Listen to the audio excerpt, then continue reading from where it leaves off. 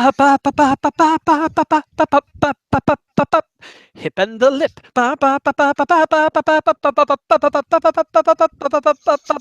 From unknown parts of metropolitan New York City, I am the hip and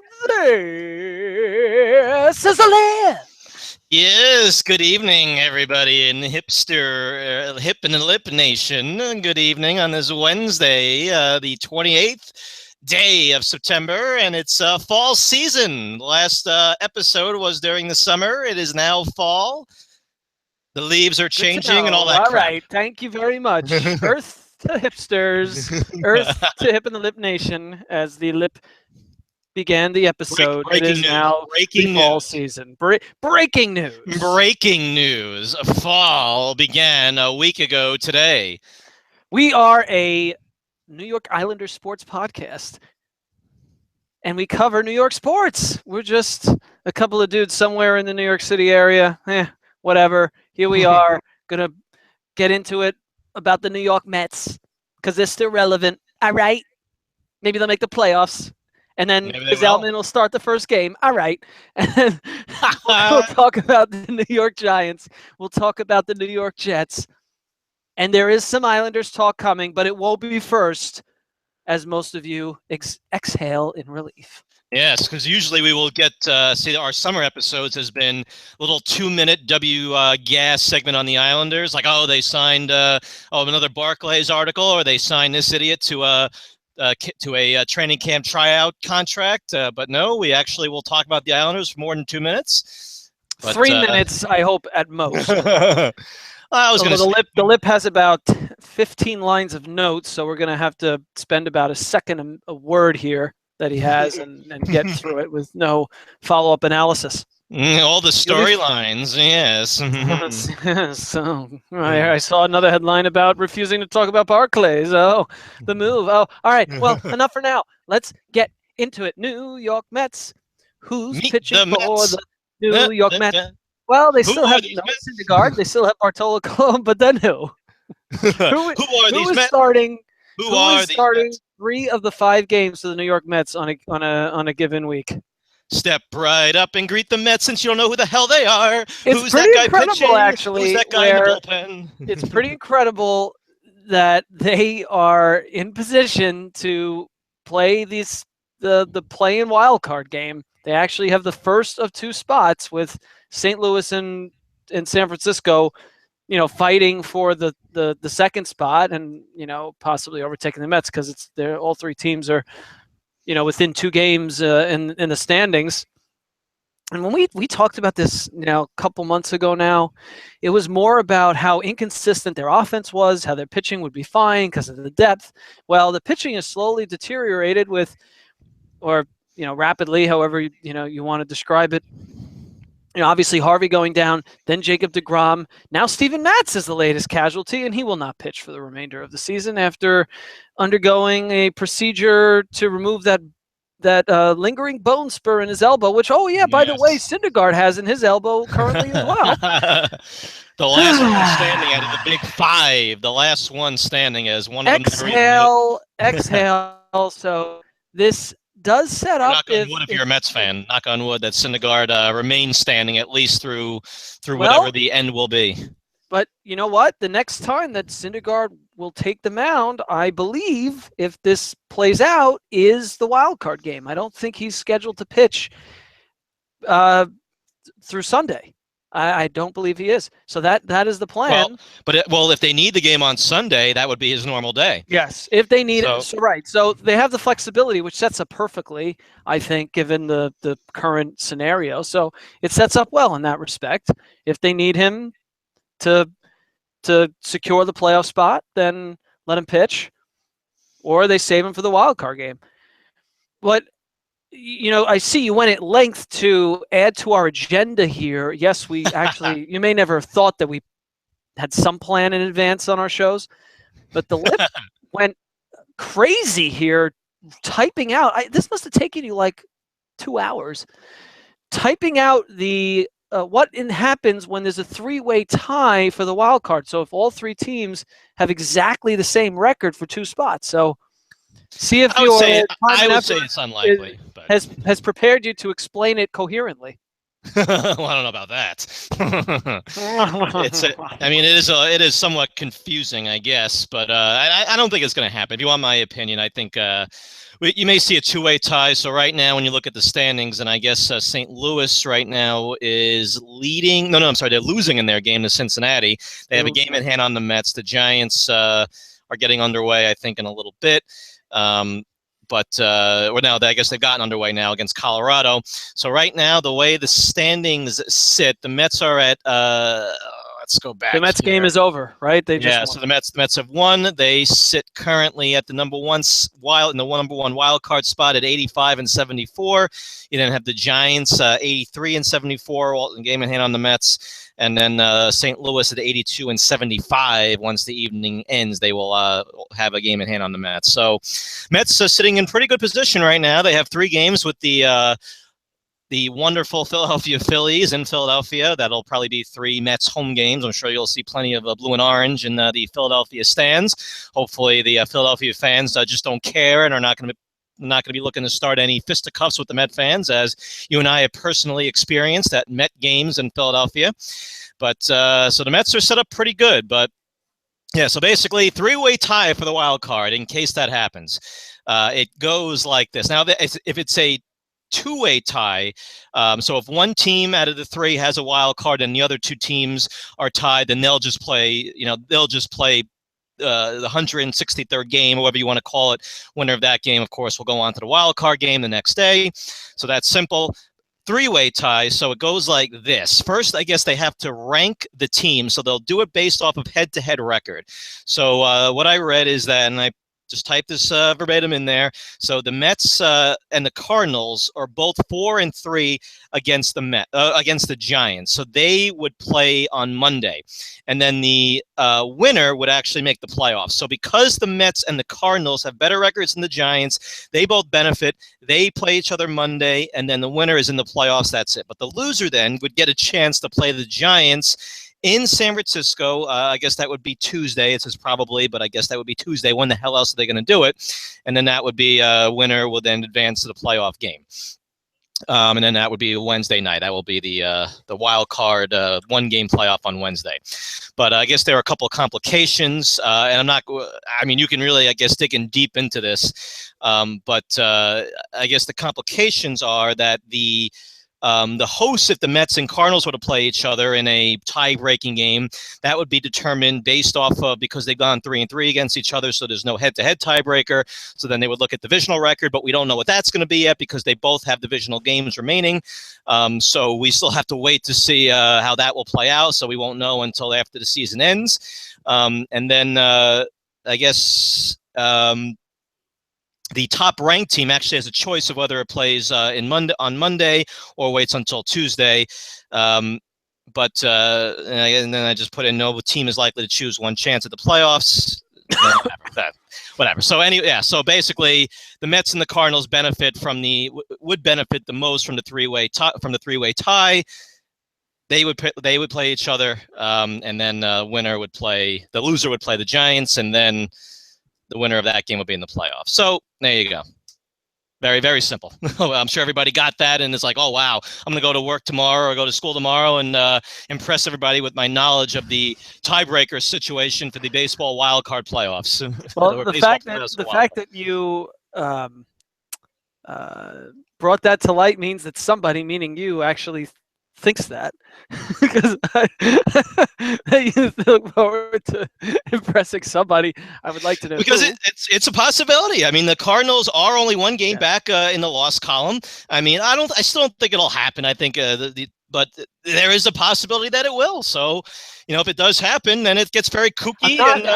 I'm not disregarding the possibility. I'm acknowledging that you're pointing out that somebody actually consciously looks forward to showing off the fact that they're aware of this level of detail. And the fact that you're acknowledging that means that you yourself may be the one who looks forward to that.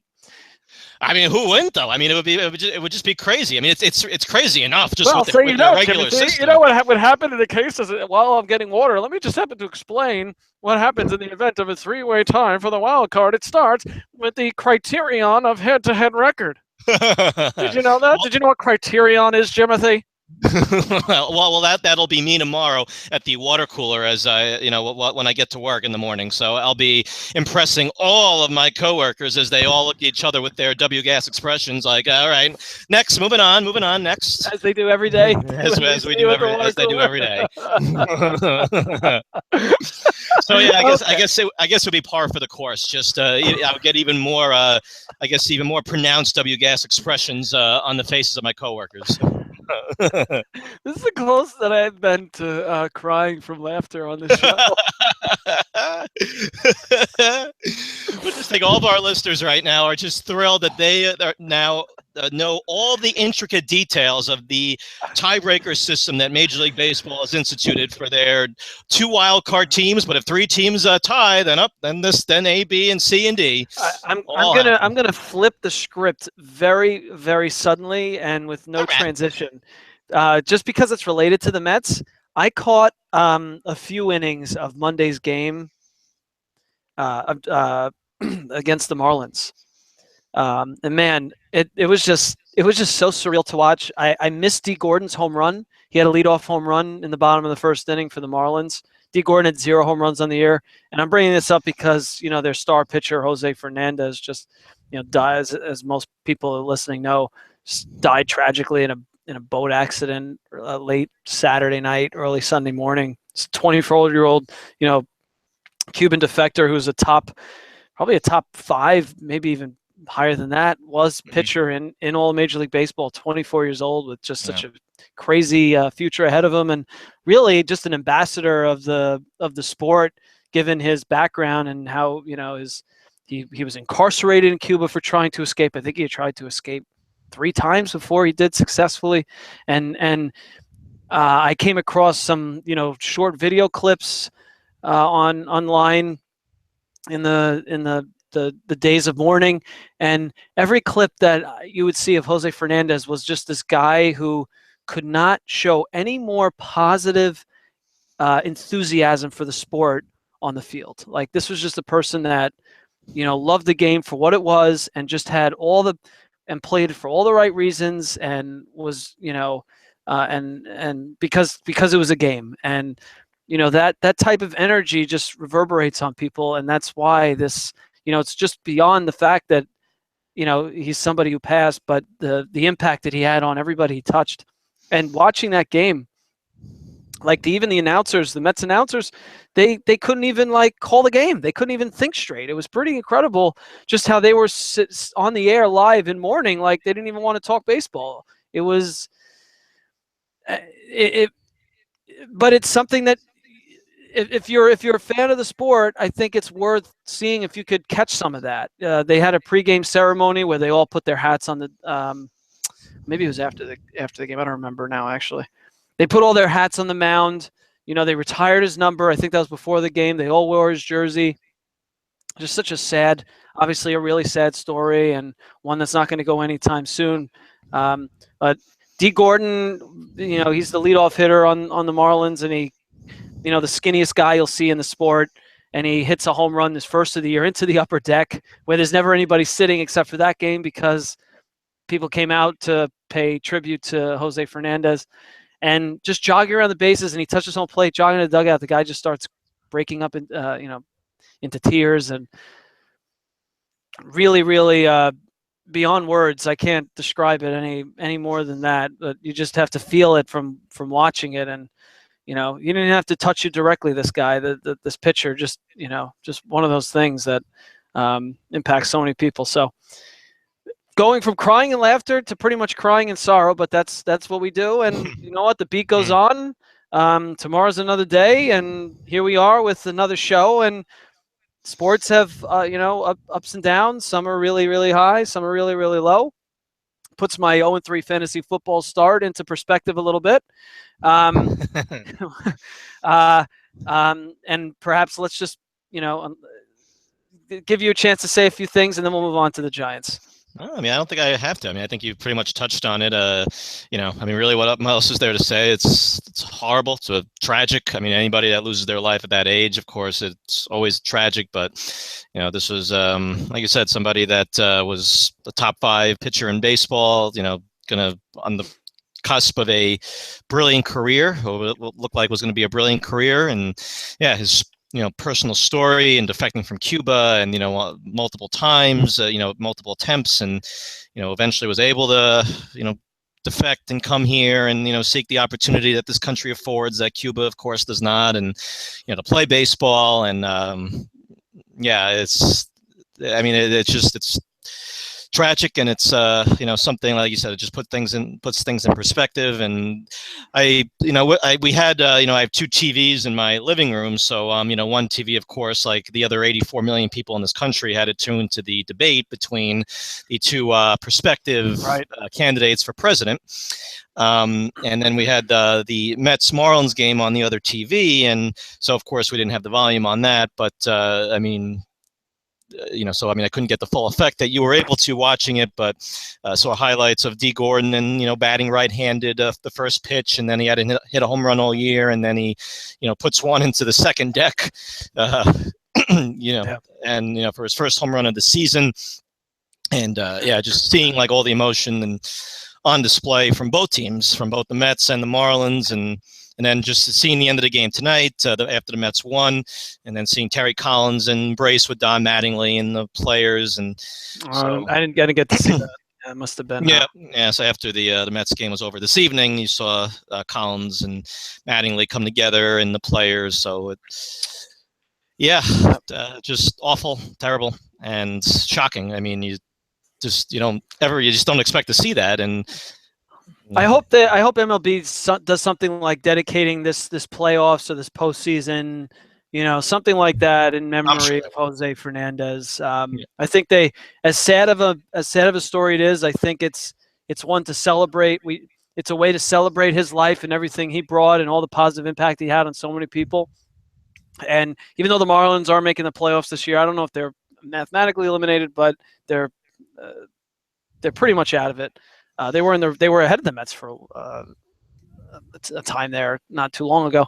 Anyway, I don't know if they. I think they will, and they obviously should. It's a because you're going to have a lot of younger viewers watching the postseason, and Miami's a fairly small market. The teams that they draw, but it's a story that I think is important to share with baseball fans throughout the country and younger fans. It sets a great example for how the game should be played on and off the field. Okay, so all right, your New York Giants, your New York Football Giants, they had to lose a game, at some point. Oh well, I guess so. So I guess they're not going to go. What was the final? 29-27.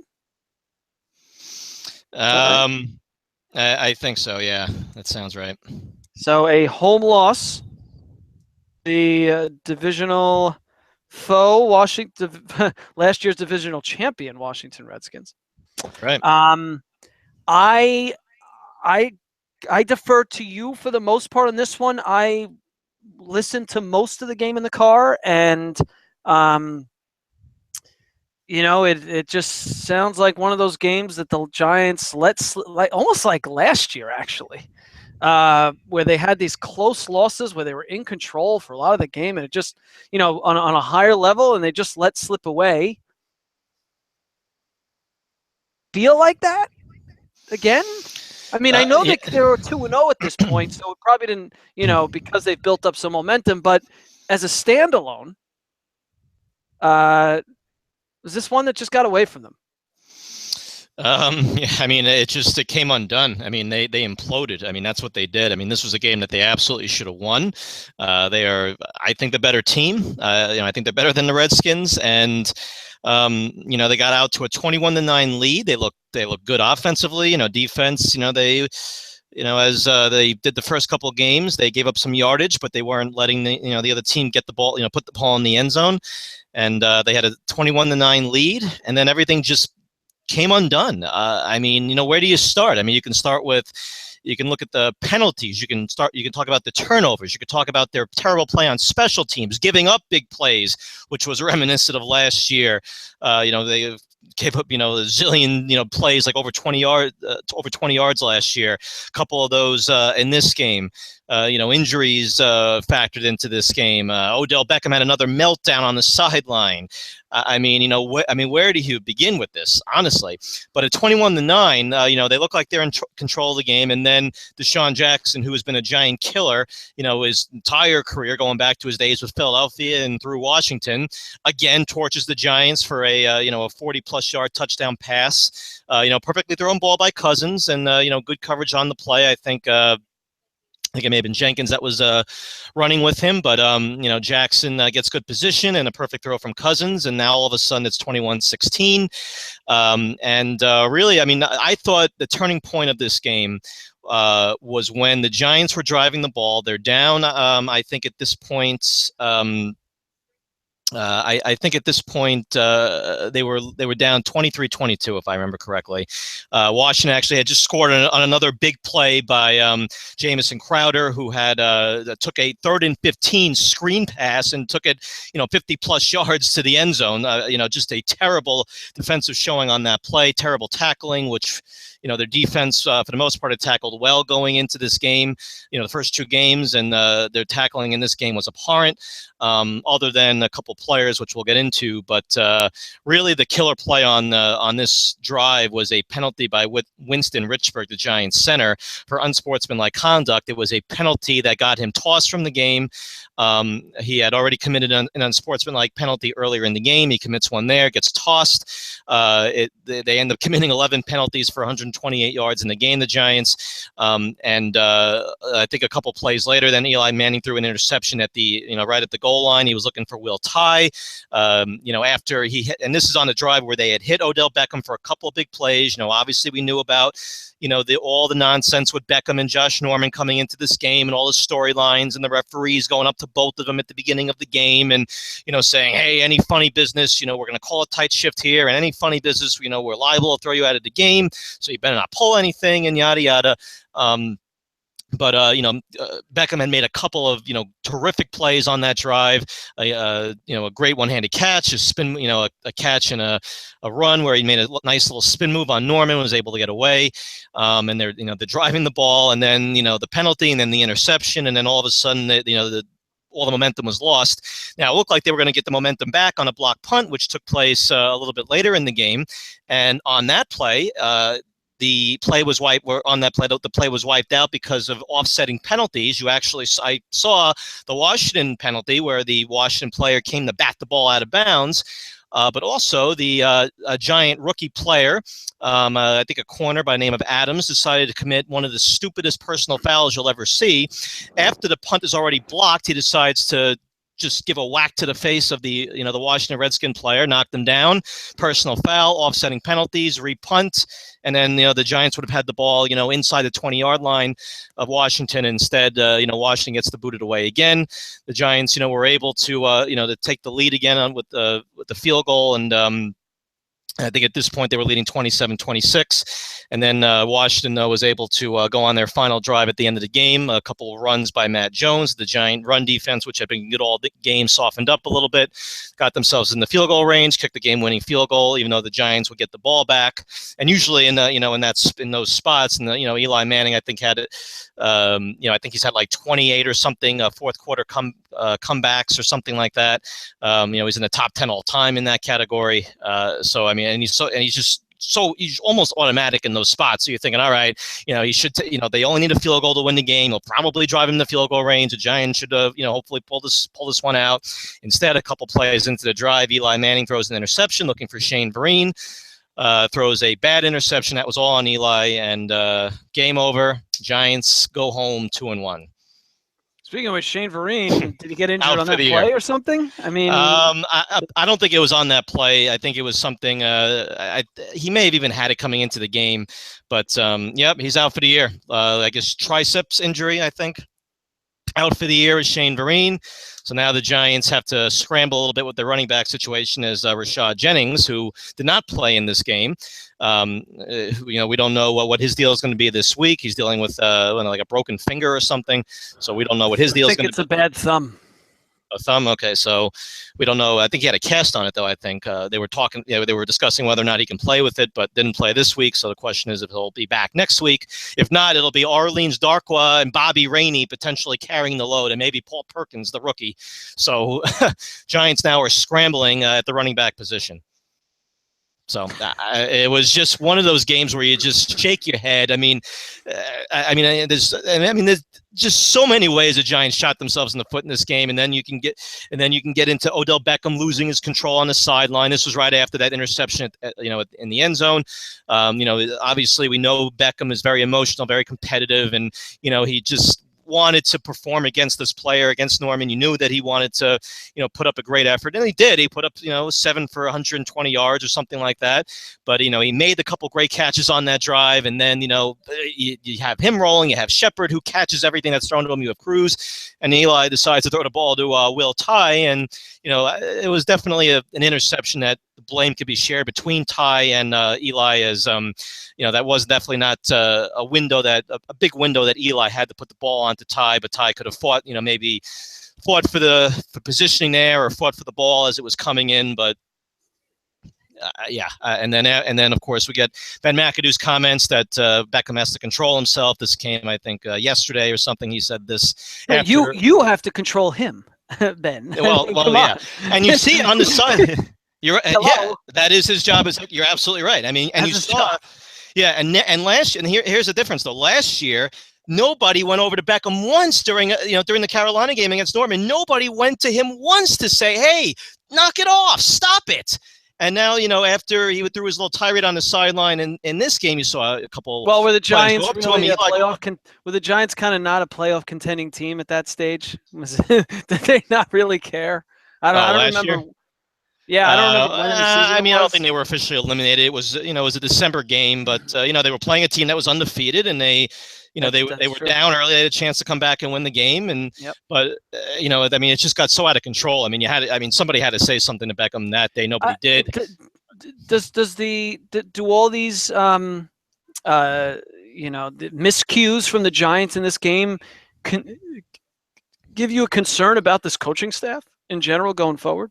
Well, I mean, he's learned, how the other side lives now, Ben McAdoo. He got a couple victories in his first 2 games. Everything is going well, or everybody's feeling good. Oh, I got this down. And now all of a sudden you lose a game like this where just, so many things go wrong, a game that you absolutely should have won and you were definitely the better team.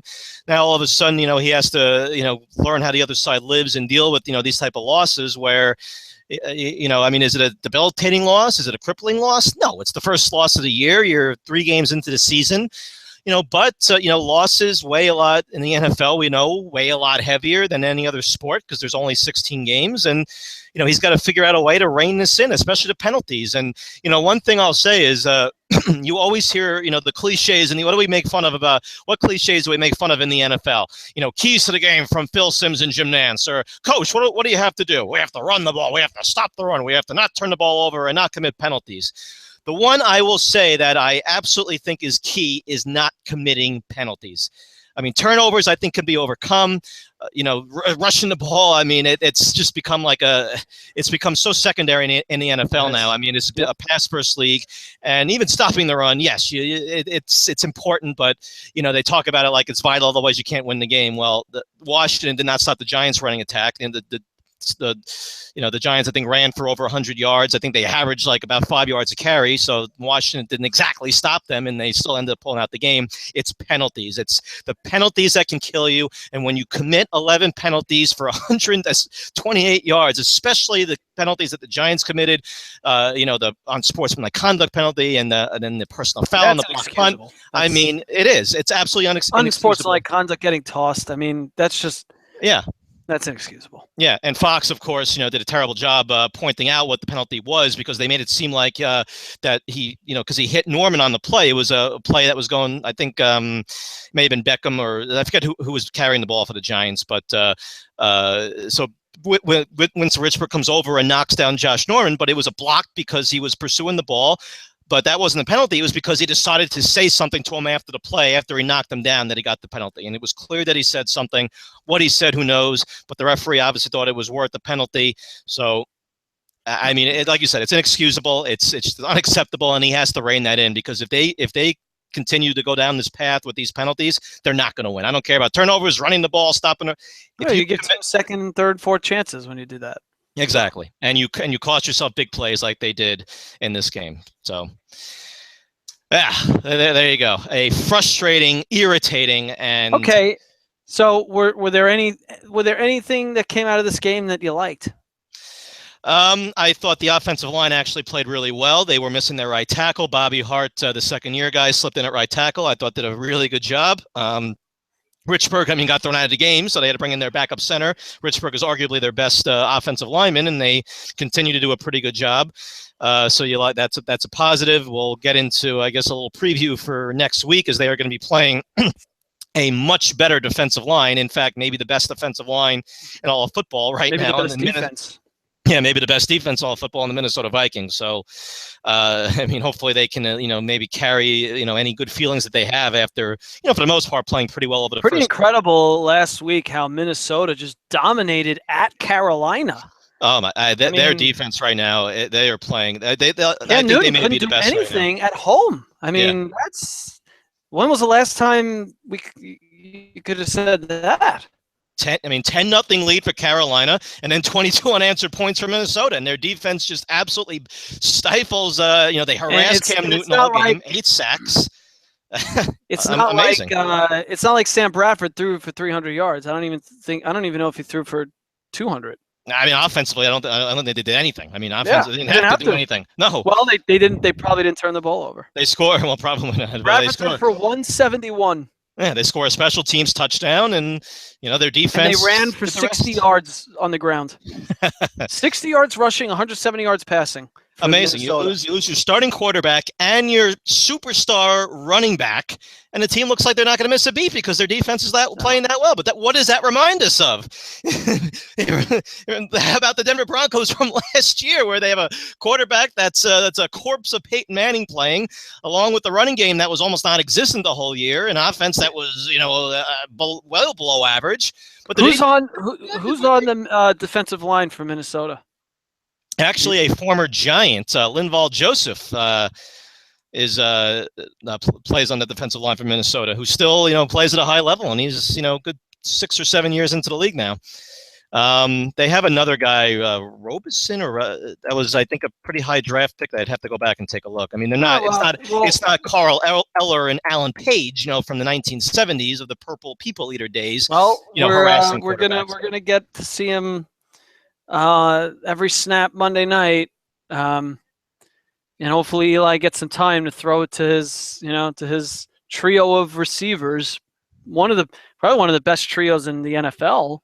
Probably got to be a top 5 wide receiver trio right now, at worst, I would say. Yeah, the 3 of them. That's another positive to take out of the game, is just the Giants' offense looks like they will continue to get better as long as the offensive line plays well. They are. They could end up. I know the running game, may suffer a little bit here. We'll see. And Vereen, we know what he can bring. And I think they're going to have to set up more short screens for Shepard and Cruz. I think we're going to start seeing that more. I don't know if they have a capable guy that can take those short pass off dumps that. You mentioned Bobby Rainey, but he's a guy that's he's always had potential, but I don't know. He hits in sporadic splashes. I think you may see them go more of the short Minnesota. I don't know how much, it's going to be an interesting battle at the line of scrimmage. Yeah. And offensive scheming, it might be more, chain moving type plays as opposed to really down the field type plays, but we'll see. Yeah, definitely. Shepard. What I say, in the training camp preview, season preview for the Giants, was that they were raving about Shepard, and the team was just, thought that he could, be that good, and he has been that good. He catches everything that you throw at him. Cruz, looks like, he can, make. a pretty significant impact this year. And, he's already made some big catches for the Giants this year. We know about Beckham's talents and how incredible he is. And yeah, I mean, their offense, looks like they continue to improve. Their offensive line holds up. They look like they could be really, really good. But we'll see about next Monday, because that is a hellish opponent for them to walk into on Monday I wonder night. if it's worth maybe holding out Jennings one more game if he's like iffy to play, just because I don't know. I don't care who you throw there in the backfield, whether it's Darkwa or Rainey or Paul Perkins or Jennings. I don't think there's going to be much room to run. We watched. Was it the first? Was it the first game? I think it was week 2, where Green Bay played at Minnesota. Yeah. And Eddie Lacy, just couldn't get anywhere. There was just no daylight at all. Well, did he have a chicken wing in his mouth, and that's why? Yeah, he had trouble. All right. All right. So New York Jets. Ugh. Burn the tape. Well, this was one where I think all you can do is erase this game from memory and move on. I mean, any beyond novice fan of the Jets or general NFL fan knows playing at Arrowhead Stadium is not the most pleasant places to go to. No, it's one of the roughest places in the NFL to play. It's one of the worst, and it could not have manifested itself more than this past Sunday for the New York Jets. 8 turnovers, 6 interceptions. What more can you really say? Do you need to say than that? I mean, it's almost like in the way that the interceptions came at the end of the game, it almost sounds like two guys playing Madden, where one is down by 3 touchdowns and is just throwing long passes on every play, and just getting picked off every play. I mean, it was just it was like a gag reel, almost like a comedic gag reel. What really just, I think, jumped off the page. We watched the Jets at the Bills on that Thursday night 2 weeks ago. It must have been one of the best games I've ever seen Ryan Fitzpatrick play. He was slinging the ball down the field, throw after throw, and these weren't those 5-yard slants and dump offs to the running back who take it down the field for 15 yards. He was slinging the ball to his receivers against the Bills at ease, including my receiver, Eric Decker, Marshall, and Nunwa.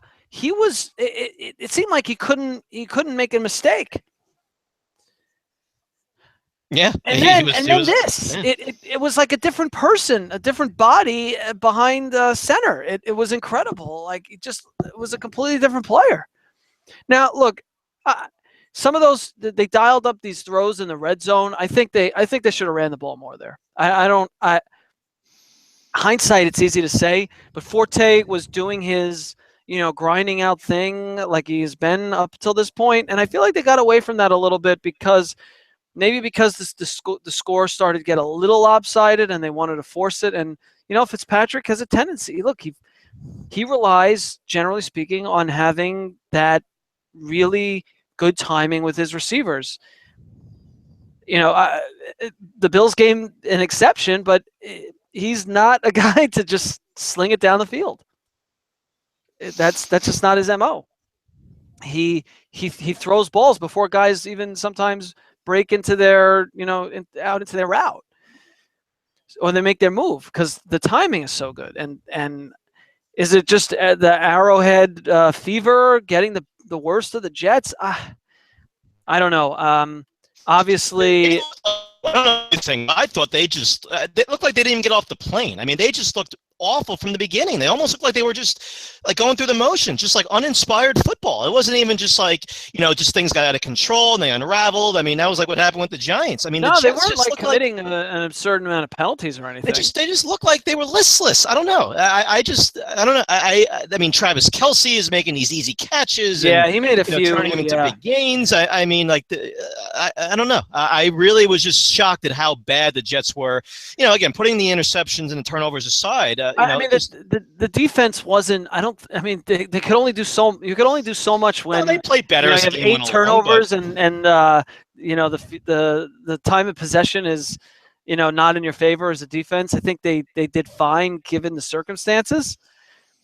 Look for the Jets. Okay, fine. You erase your memory. You move on to Sunday, but I think the problem is you look ahead at what they have coming up here, and I think the Jets are going to will consider themselves grateful if they win at least one of their next 3 games. And that's why the Cincinnati loss stings even more because, if they're 2-0 going into this game, you have this type, you say, all right, it's a tough place to play. You just throw it away. You're 2-1. Let's come back now home, beat Seattle. This Seattle game is, I don't want to say, it's like huge or, try and build it up into, it's week 4, but you really feel like the Jets need to win this game against Seattle because, again, you look at the next 2 games after that, at Arizona, at Pittsburgh, that is just going to be very, very difficult. Seattle's a good team, we know, but they're coming in a little bit banged up. Russell Wilson has the offensive line. He has 2 lower leg injuries. Yeah. This is a real. I mean, the Jets are headed down a very fast downward spiral if they don't emerge victorious.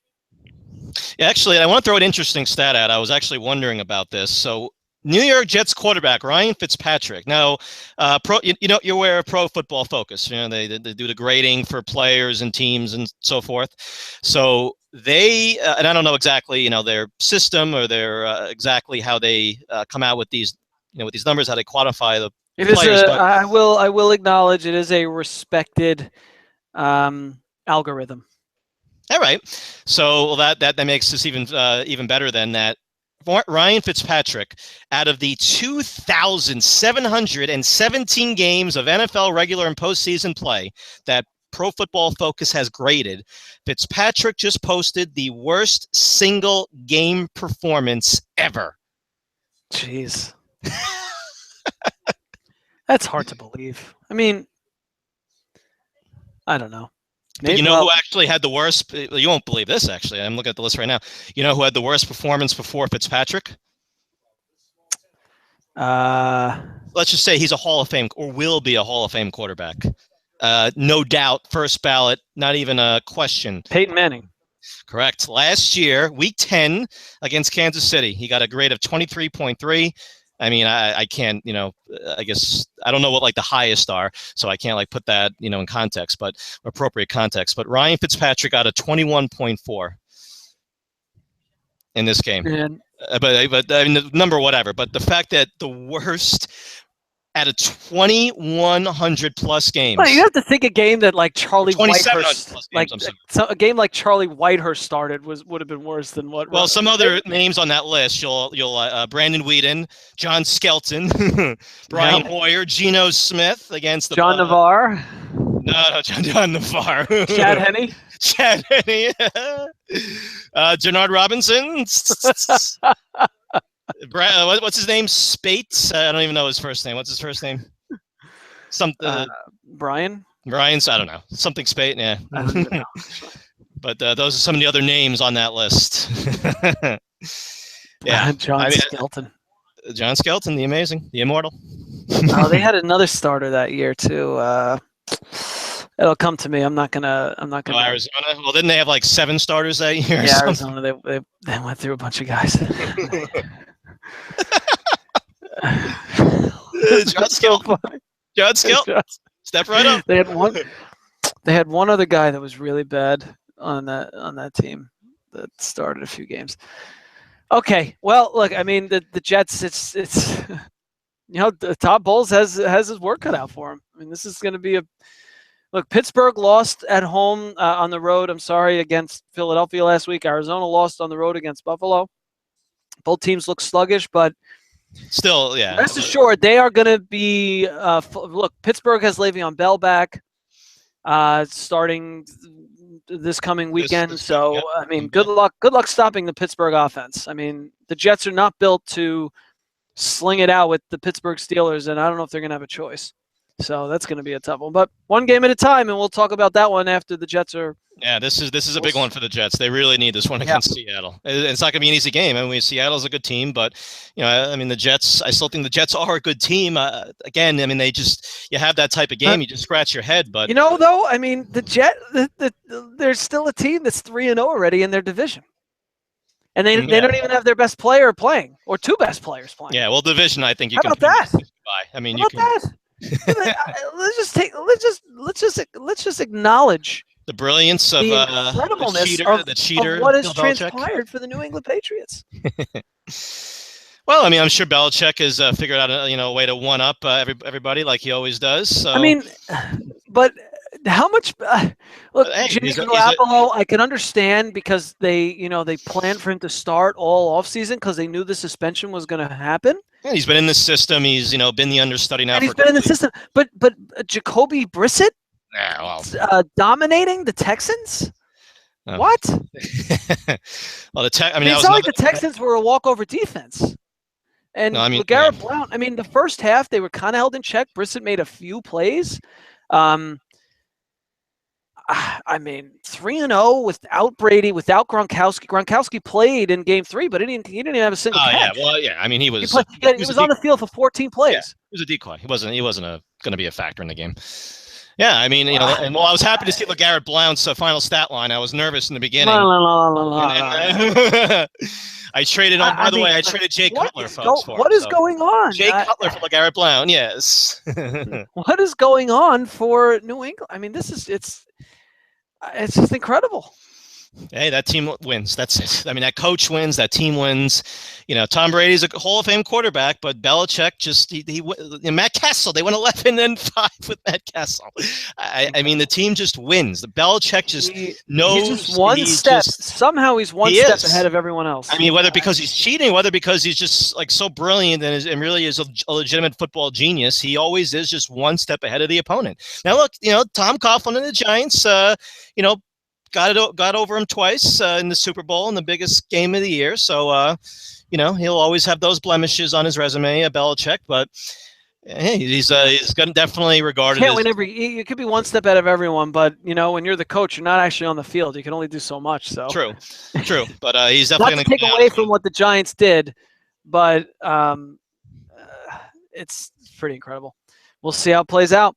Okay, yeah, the Jets can kiss the division goodbye. Now just try and go 10-6, make the playoffs as a wild card team, I guess. Because division, you can kiss it goodbye. It's week 3. It's not even a possibility. Brady comes back. Yeah, they'll go 13-3 probably. It was something like that. Okay, so without further ado, it is time for your New York Islanders. Oh, it is an Islanders podcast. Yes. Well, should we do the Islanders, or should we talk about the World Cup of Hockey? Which I'm sure you have watched every second of. 0, and I'm sure the LCC would give us negative grades if we spend more than 1 minute on the topic. All right. Well, it kind of relates at least to doing a preview of any NHL team that has a player playing in this tournament, as we've seen a few injuries as well. Marian Gaborik, the Los Angeles King forward, got injured during the tournament, is out. The Pittsburgh goalie, Murray, also injured during the tournament, out. I think maybe 1 or 2 other players as well, but John Tavares still up in Toronto for the Islanders, as is Yaroslav Halak. Still actually has played he's led Team Europe to the finals against Canada. Yaroslav Halak, our Islanders, Yaroslav Halak, who we were waiting for Gart Snow to dump, and either during the off season or right before the start of the season, maybe build up his trade value, which maybe. He was hoping that he would play really well and get teams to say, Halak can still play. Maybe we'll take a flyer on him. So we'll see how that shakes out. But Halak has played very well, leading Team Europe to the final. Team Europe, that is, of course, again, everybody that's not Russia and Finland and Sweden and the Czech Republic, all the other best players. So Franz Nielsen, the former Islander, now playing for Team Europe, and Thomas Greiss, I also should mention, the still Islander backup goalie, also playing for Team Europe. So hopefully they come back in one piece. WGS as to who wins, Canada or Europe, whatever. I don't really care. USA, the U.S. team was embarrassing. They were awful. I mean, they were When's the by championship? So it's a 3-game series. So I think game 2's tomorrow, I think. They played game 1 yesterday. Canada won. So if Canada wins, the next game win. And yeah, that's it. Whatever. I'm not really interested in it. The U.S.-Canada rating was terrible. U.S.-Canada played last week. I forget if it was Tuesday or Wednesday, whenever it was, but the rating, I think, was pretty awful. So I guess didn't see it advertised anywhere. It's just, nobody. Yeah, and that's the thing. I mean, ESPN did not really do a great job of promoting it, but even aside of ESPN, it was just, the Olympics is different because it's something that everybody is aware of and knows about, and they can get into because it creates a groundswell and people, USA hockey, they're winning, they're in the gold medal game against Canada, that's awesome, I got to watch that. World Cup of Hockey is a manufacturer, just like fake tournament that was thought up in a boardroom of the NHL Board of Governors. I mean, that's what this is.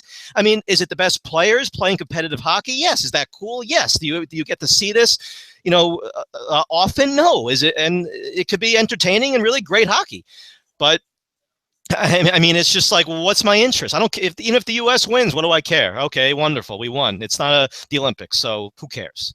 So, all right, like you said, the LCC would be mad if we spend too much time, but hopefully the Islander players come back in one piece, and I'm sure you'll be watching along with our listeners and myself, of course. We'll be watching that final game between Canada and Team Europe. All right, moving on. All right. Islanders. All right. So Islanders, an NHL season starting in a couple weeks. How excited are you, Mr. Hip? Hasn't hit me yet. Well, I guess the Mets are still in it, and the Giants and Jets are in full swing. It's hard to get excited about hockey when you're still in playoff baseball mode and still in the first quarter of the NFL season. There's a lot to absorb right now. Yeah, that's true. Hey, look, I mean, I'm sure, most people are not exactly going out, going online and, looking at season previews yet. I mean, the season is a few weeks away, the beginning of season, of course, pushed back by the tournament. But, I'm not really that into it either. I'll be honest with you. I'm not really up in the Islanders. I'll be honest. I'm not. Diehard Islander fan I am, and fan of the NHL and the sport. Whatever. Like I said, I really have not been into this tournament at all, despite the best players participating in competitive hockey. It's not hockey yet. It's September. You'll read a couple of training camp stories. This one is playing well. This job battle between this 5th and 6th defenseman and the depth defenseman and the 4th line center and the backup goalie and all the storylines that every team will have, not just the Islanders. Every team, has these stories. So, we'll see the rosters come together as we get closer to the season. We'll get a better idea. And we'll go from there. Garth Snow, again, you've heard me, did not improve this team. He's hoping that players will step. And I think Garth did not do a good job in the offseason because of the fact that he did not improve this team. He needed to make a daring move, a trade. I've said this. He hasn't done it. I would be shocked if he does. I know he's pulled off, the eve of the season moves before, bringing in Boychuk and Leddy a couple of years ago. I just don't see that happening again. I don't know who would be available at this point. Teams are up against the cap. I understand. So maybe we'll see something from a couple of those teams, but I don't think anything's going to happen. If it does, I'll come on, I'll give them credit, and then we'll rejoice and celebrate because they brought in, Matt Duchene or Max Pacioretty or something. But I would say the odds of that happening are pretty slim. I guess what would be a little interesting to watch are at least the new guys, the blue chip acquisitions for this team, donning the Islander uniforms, Mr. Ladd and Parenteau. Don't forget Jason uniforms. Don't forget What's Jason. that? Don't forget Jason Chimera. Of course. The 37-year-old fourth line winger that's coming off of a career season. Career season at the age of 37. And, to fill the voids created by Matty Martz and Franz. We'll see. Yeah, well, we're going to see how they Brian met. Strait. Yeah. Brian Strait. Oh, Brian Strait. We Where is hardly he? knew you. I don't even know. Is he gone? He's somewhere else. He's I think he latched on. signed somewhere. Maybe Winnipeg. I can't even remember where the hell he signed. He's somewhere. I know he was somewhere. I think it was a one-way deal he signed to. You nailed it. Of course, Winnipeg. Oh, it's Winnipeg. Okay. I vaguely remember that. I think he's going to make 600 grand. Is it a one-way deal? I guess it is, right? Probably. Okay. Yeah. I'll miss Brian. Right. We hardly knew you. But yeah, some of the young, we'll see, does Matthew Barzal, one of their hot shot young stud prospects, 19 years old, does he make the team? If he does make the team opening night, or if he's, on the roster opening night, will he get more than a 9-game tryout? Or are they looking at it as like, okay, wow us for 9 games, and if you don't, we're sending it back to juniors? Some of their other prospects, Joshua Ho-Sang, he'll go to the minors if he doesn't make the team. Michael Dalcal, another, a 5th overall pick a couple of years ago. You would think that the 5th overall pick from a couple of years ago should crack the lineup this year. If he doesn't, I think there's reason to be concerned. Now you can say, well, seasoning, minors, it's not bad, blah, blah, blah. But I'd actually be concerned about him as to his legitimacy as a prospect, because you've been hearing some mixed reviews about him. Barzal, you hear that he's going to be amazing, incredible, his playmaking, his skating, his vision, his hockey sense. You hear everything, all this about Barzal. Dalcal, you don't hear that. So we'll see how that shakes itself out. Yeah, and the lines, the chemistry. Ryan Strome, he signs a 2-year, $5 million deal. So he signs like right before their deadline. The Islanders arbitrate deadline. If you don't sign, you're out for the year. So he signed the deal. He'll be there. Obviously, they need him to significantly raise his game from last year, as last year he was terrible. Terrible. No other way to describe him. Terrible. All right. Brock Nelson needs to improve his game. I know he had a good regular season, but he leaves you wanting. You need to see better from him. Parento, will he play with Tavares? Probably. Will he be their puck carrier on the power play? How will their defense shake out? Pulak, their depth defenseman. We're getting the whole preview now. but these are the questions, and they'll be answered, I guess. And am I getting you excited? Is that exciting him? Because I'm. These are the training camp stories. They're all I feel like most of those questions won't get answered until we actually play some real games. Well, agreed. So, but I'm getting you excited now, right? So now your focus is now off. Maybe my fantasy team is 0-6 weeks, then I have no choice. So wait, have you made the playoffs every year? So we've been doing this now, everybody. So we were in a fantasy football league together since 2009, right? It was our first year. Now you have made the playoffs every year. Is that correct? I'm not certain of that. I think maybe one year I did not. Oh, well, that's a shame. But you've won 3 championships. Now, I will add, just to toot my horn a little bit, that last year or 2 years ago, we only had 4 teams make the playoffs. Now it's 6. Even more impressive. But right, this year it's just been a complete awful start. And now that we do 6 teams, I don't know if it's better or worse being 0-3. It's probably better because 6 teams make it instead of 4, but it's one. All right. Well, answer this question for me. Who has a bigger game this weekend, or this coming Sunday and Monday and Thursday, I guess, potentially? Is it the New York Jets or the W Gas Hipsters? Depends who you ask. As a Jet fan, as a self-described Jet fan, and as an owner of a team that has the Jets could be in the Super Bowl, and it would still be W Gas Hipsters that they take precedence of importance. Yep. Well, there's another person in this league who is a Jet fan as well as a fantasy football owner. Jets number 1, fantasy secondary. Jets number 1. Number 1, Gino. Boo, Gino, boo. And maybe we'll get Gino this weekend, as I will also be attending, as we have mentioned on the show previously. Mr. Hip here has season tickets to the Jets, but I will make my one voyage to MetLife Stadium this season. I will be making it this coming Sunday to see the Jets take on the Seattle Seahawks, and hopefully they will have the screen with all the highlights from NFL Red Zone so I can keep track of my players. All right. I did not make the. I'm looking through it here as we talk. I did not make the playoff in 2012. I was Oh, 7-7. oh, what happened that year? I don't know. I Would you have didn't. Keenan Allen I'm that just year? quickly scrolling through. That's probably the only year I didn't, because I remember there was at least one. I think I made it every other year. All right. Well, off to a rough start, some injuries, but hey, there's still time for the WGS hipsters. And I'm sitting Yeah, at a our league is just so deep. It's the bye weeks. I think it's going to be interesting because there's just so many injuries, and the league is so deep that people's benches are going to be tested. The quality yeah. of the depth too. All right, so You're right. we'll conclude here with the hipster beer of the week. Hipster beer. We skipped last week, but we're continuing the theme. Last week we discussed a brewery that I had visited that previous weekend, and we continue that trend. I don't know how I could keep this up. I can't guarantee I'm going to a brewery before every show. We'll do what we can there. But, Sloop is the name of the brewery. Sloop Brewing. They are located in Sloop Doggy Elizaville, Dog, New like York. that kind of sloop. Sloop Sloop. Doggy Dog. Or Exactly. hang on, Sloopy. Yes. Hang on. Oh, that's it. Hang on, Right. Sloopy. Sloopy, hang on. So they are located in a town called Elizaville or Elizaville, New York. It's a northern. I think it's Dutchess County. I'm not even certain of that actually. Okay. It's on the east side of the Hudson, about 2 hours north drive of Manhattan.